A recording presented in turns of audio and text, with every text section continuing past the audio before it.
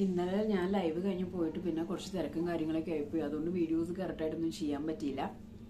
ഇതൊക്കെ അറിഞ്ഞിട്ടുണ്ടാവും. എന്നാൽ അനുമോൾ കൺഫ്യൂഷൻ റൂമിൽ പോയി കഴിഞ്ഞിട്ട് പേടിച്ച് വരച്ചിട്ടാണെങ്കിലും ബിഗ് ബോസിനോട് ചോദിച്ചു ഷാനവാസിന് എങ്ങനെയുണ്ടെന്ന്. അനീഷും ചോദിച്ചു. അപ്പം ഒബ്സർവേഷനിലാണ് വരും എന്ന് പറഞ്ഞു. അത് പക്ഷെ കൺഫ്യൂഷൻ റൂമിൽ വെച്ച് സംസാരിച്ചപ്പോൾ കുറച്ച് ബീപ്പിട്ടിട്ട് മിണ്ടാണ്ട് കട്ട് ചെയ്തിട്ടാണ്. പക്ഷെ റൂമിൽ പോയിട്ട് ബെഡിൽ കിടന്നിട്ട് ഇങ്ങനെ പറഞ്ഞു, ഞാനിങ്ങനെ പേടിച്ചിട്ടാണെങ്കിലും ചോദിച്ചു വരും എന്നാണ് പറഞ്ഞതെന്നുള്ളത്. അവരെല്ലാവരും ആഗ്രഹിക്കുന്നുണ്ട് തിരിച്ചു വരണം എന്നുള്ളത്. അത് തന്നെ അദ്ദേഹത്തിൻ്റെ ഒരു വിജയമാണ്. പിന്നെ എനിക്ക് പലരും ചോദിക്കുന്നത്, ഇതിപ്പോൾ എന്ത് തേങ്ങയാണോ ആക്ടിങ് അല്ലേ അല്ലെങ്കിൽ ബിഗ് ബോസ് കൂടെ നിൽക്കുന്നല്ലേ, അത്രയ്ക്കൊന്നും ഒരു അതപ്പതിച്ച ക്രിയേറ്റേഴ്സ് ഒന്നും അല്ല അതിൻ്റെ ഉള്ളിൽ ഇരിക്കുന്നത്. അഭിനയിച്ച് ഷാനവാസ് 2 ദിവസം ഇവിടെ നിൽക്കുന്നൊന്നും പറയുമെന്നൊന്നും എനിക്ക് തോന്നുന്നില്ല. അത് മാത്രമല്ല, ആ വഴക്കുണ്ടായ സമയത്ത് എനിക്ക് ഫീൽ ചെയ്ത് എന്താണെന്ന് വെച്ച് കഴിഞ്ഞാൽ അനീഷ് സാബുമോൻ, അതായത് ഈ kitchen team captain complete full അവിടെ നിന്ന് കോൺവെർസേഷൻ. ശരിക്കും ഒരു വിഷയം വന്ന് എത്രയും വേഗം എടുത്ത് ഹോസ്പിറ്റലിലോട്ടാണ് കൊണ്ടുപോകുന്നത്.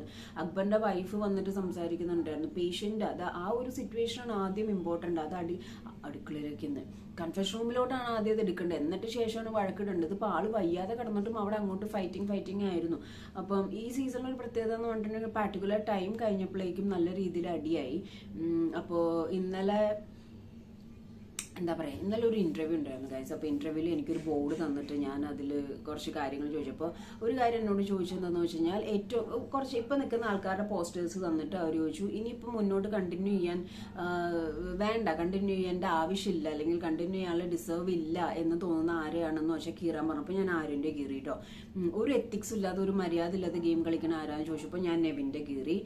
ആ സമയത്ത് എൻ്റെ മൈൻഡിൽ വന്നാണ് ഈ 2 കാര്യവും ഞാൻ മനസ്സിൽ നിന്ന് തന്നെ പറഞ്ഞതാണ്. പിന്നെ ടാസ്ക് ഒന്നും പ്രോപ്പറായിട്ട് കംപ്ലീറ്റ് ആക്കിയത്. ഇപ്പൊ അനുമോള് നന്നായിട്ട് ടാസ്ക് കളിക്കുന്നുണ്ട്. ഒന്നും ജയിച്ചില്ല എന്നൊന്നും പറയുന്നുണ്ടെങ്കിലും ആ ബോളിന്റെ ഒക്കെ സാരി എടുത്തിട്ടൊക്കെ ആ കൊച്ചു നന്നായിട്ട് കളിക്കുന്നുണ്ടായിരുന്നു. പിന്നെ കഴിഞ്ഞ ഇതിലും ഇതായി. അങ്ങനെ നോക്കുകയാണെങ്കിൽ ഷാനവാസിനാണ് കുറച്ച് ഈ പറഞ്ഞ മാതിരി ടാസ്ക് അതുകൊണ്ട് ക്ലിക്ക് ആവാത്ത ഒരവസ്ഥ. ചില സംശയവും കാര്യങ്ങളൊക്കെ വെച്ചിട്ട് ആ ഒരു രീതിയിൽ ഓവറോൾ ആണ് ഞാൻ ഷാനവാസിന്റെ കയറിയത്. പിന്നെ അവിടെ നിൽക്കാൻ ബുദ്ധിമുട്ടുള്ള ഒരു വ്യക്തിയായിട്ട് തോന്നുന്നതെന്ന് വെച്ച് കഴിഞ്ഞാൽ, അനീഷ് സത്യം പറഞ്ഞാൽ ഇതല്ല അനീഷിന്റെ ക്യാരക്ടർ. അനീഷ് ഒരു മാസ്ക് ഇട്ട് നിൽക്കുന്നതാണ്. അനീഷ് സത്യം പറഞ്ഞാൽ നല്ലൊരു മനുഷ്യനാണ്, ഹ്യൂമാനിറ്റി ഉള്ള മനുഷ്യനാണ്, മനസ്സിലുമുള്ള മനുഷ്യനാണ്. പക്ഷെ ബിന്നി പറഞ്ഞ ഓർമ്മയുണ്ടോ, അവിടെ ആരോടെങ്കിലും ഒരു അറ്റാച്ച്മെന്റ് തോന്നിയാൽ, ആരോടെങ്കിലും എന്തെങ്കിലും ഒരു ഇത് തോന്നിയാൽ കളിക്കാൻ പറ്റില്ല. പിന്നെ ആ ഒരു ഇതൊക്കെ കൊണ്ടാണ് അനീഷ് അവിടെ കഷ്ടപ്പെട്ട് ആ മാസ്ക് ഇട്ട് നിൽക്കുന്നത്. അവിടെ നിന്ന് ആ ഗെയിം കഴിഞ്ഞ് പുറത്തിറങ്ങി കഴിയുമ്പോൾ അദ്ദേഹത്തിന് മാസ്ക് മാറ്റാൻ പറ്റുമോ എന്ന് എനിക്കൊരു സംശയമുണ്ട്. അപ്പം ഇങ്ങനെ കുറച്ച് ചോദ്യങ്ങളൊക്കെ എനിക്കുണ്ടായിരുന്നു. ഞാൻ ഇങ്ങനെയൊക്കെയാണ് മറുപടി കൊടുത്തത്.